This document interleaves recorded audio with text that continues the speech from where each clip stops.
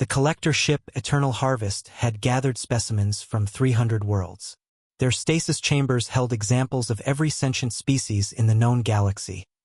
A living museum of consciousness that the Korathi Empire displayed like trophies. Captain Velenar took pride in his perfect record. No specimen had ever escaped. No rescue had ever succeeded. When his scanners detected the small blue planet in an unexplored system, he felt the familiar thrill of discovery. Initial scans showed a primitive species, barely into their space age. Perfect for collection. Single specimen as always, he ordered. Young adult healthy. Standard protocol.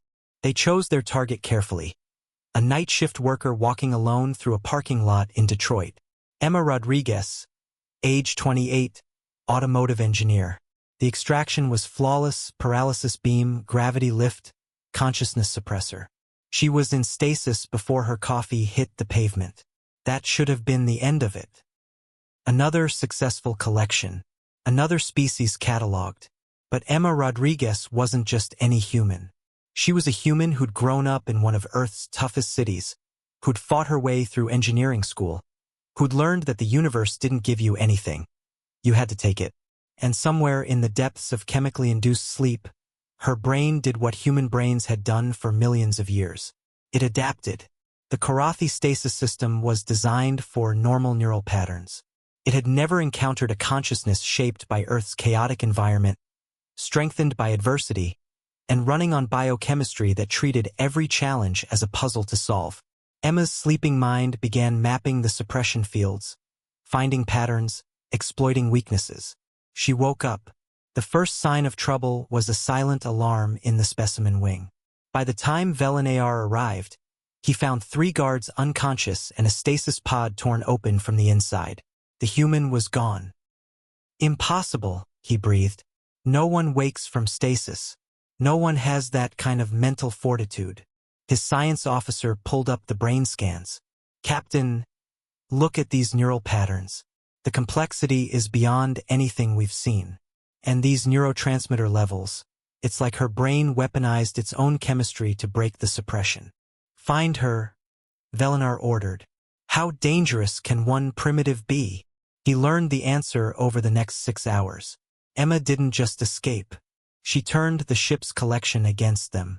Every specimen pod she found, she opened. Every imprisoned consciousness she freed.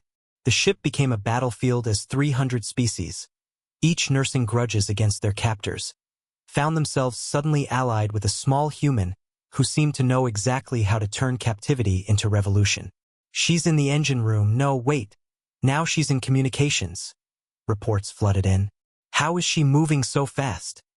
The answer was simple. Humans were persistence hunters. Emma didn't need to be faster than the Korathi. She just needed to outlast them. While they tired, she kept moving. While they relied on technology, she improvised weapons from ship components. While they followed protocol, she embraced chaos. But her masterstroke came when she reached the ship's central computer. Captain. His tech officer's voice was pure panic. She's not trying to destroy our systems. She's learning them. The human is downloading our entire database, star charts, technology. The location of every species we've ever taken. Cut the connections. I can't. She's physically rewired the interfaces. She's using her own bioelectricity as a conduit. Captain, no species should be able to do that. Emma's voice echoed through the ship's speakers, calm despite everything. Hello, Captain. Your mistake was taking a human. We're not just individuals, we're part of something bigger. Every human shares one trait: we really, really hate bullies. The ship's navigation systems activated. Coordinates locked. Earth. You're bringing your ship to my world, Emma continued. My people will free everyone you've taken. Your empire will return every specimen to their homes. And if you ever take another sentient being... She paused. Well, let's just say humans have very long memories and very creative ideas about justice. Velenar tried to regain control, but the ship's systems now answered to human ingenuity backed by 300 freed aliens. The Eternal Harvest jumped to hyperspace, carrying its cargo of liberated specimens and one very determined human back to Earth.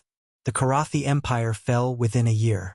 Not through military conquest, but through the simple fact that Emma Rodriguez had broadcast their database across the galaxy. Every species they'd wronged suddenly knew exactly where to find them. The collectors became the collected. Their perfect record broken by one night shift engineer from Detroit who proved that humans weren't just another specimen. They were the species that even in captivity, even drugged and alone, would find a way to bring down empires. The Karathi never took another human. They never took anyone again.